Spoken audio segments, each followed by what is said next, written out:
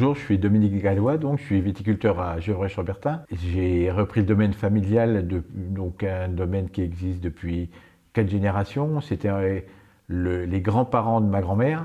En ce qui concerne mes différentes appellations, donc j'ai une vigne de Chardonnay qui est à Coucher, pour le Bourgogne blanc, Chardonnay, la vigne de Bourgogne Pinot Noir, donc est à Fissin. Et pour les vignes d'appellation Gevrey Village, c'est l'assemblage d'à peu près 11 parcelles différentes. Alors la plus jeune a été plantée en 93 et la plus vieille à peu près 75 ans. Pour les premiers crus, les 2 premiers crus Petit Castier et Combaumoine ont été plantés en 54 et l'appellation Premier Cru Les Goulots en 72.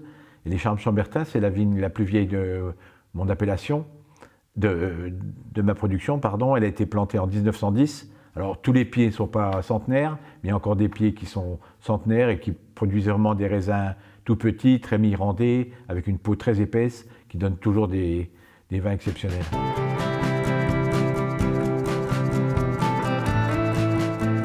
J'étais en lutte raisonnée jusqu'à maintenant et depuis cette année je suis en bio. Mais avant ça quand même, depuis 15 ans je ne désherbe plus mes vignes, donc c'est uniquement des labourages, il y en a 4 ou 5 par an.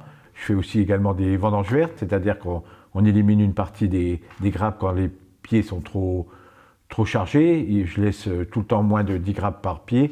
En même temps, on fait de l'effeuillage afin de ne pas faire de traitement contre la pourriture. Ça donne des pieds plus aérés.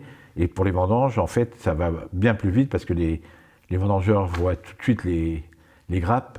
C'est des vendanges manuelles, bien sûr, sur tout le domaine. En ce qui concerne la vinification, d'ailleurs, c'est une vinification traditionnelle avec une préfermentation, une cuvaison d'une quinzaine de jours. Je fais aussi toujours une vinification avec des pigeages et des remontages, parce que pour moi, les vins de Bourgogne, il doit y avoir quand même une bonne capacité de vin de garde. Et donc, si on fait que des remontages sur les vins, ça donne des vins très légers, très agréables à boire maintenant, mais par contre, qui se conservent moins bien que des vins qui sont vinifiés avec un pigeage traditionnel, qui donne un petit peu plus de tanin, un petit peu plus difficile pendant les premiers mois, mais par contre, qui ont une excellente garde.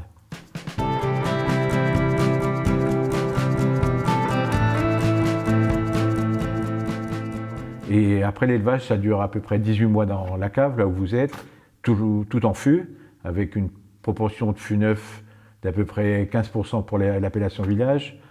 Pour les premiers crus, il y a 50%, et pour les grands crus, entre 80 et 100%. Ça, c'est pendant la première année jusqu'aux fermentations malolactiques. Et après les fermentations malolactiques, selon le goût boisé, s'il est trop important ou pas, je passe des fois en fût plus ancien pour finir les 8 derniers mois sur des fûts plus vieux, pour pas que le bois domine à la dégustation. Donc je prends des fûts qui viennent avec des chênes de l'Allier, qui sont toujours des grains fins, et avec une chauffe traditionnelle, c'est-à-dire assez douce, mais assez longue, pour ne pas donner des goûts empyreumatique, ce qu'on appelle empyromatique, c'est-à-dire des goûts de grillé qui sont trop prononcés, parce que j'aime pas trop. Il faut quand même que l'arôme dominant, ça soit le raisin. Et c'est ce qui correspond le mieux à mes vins et à ce que j'aime.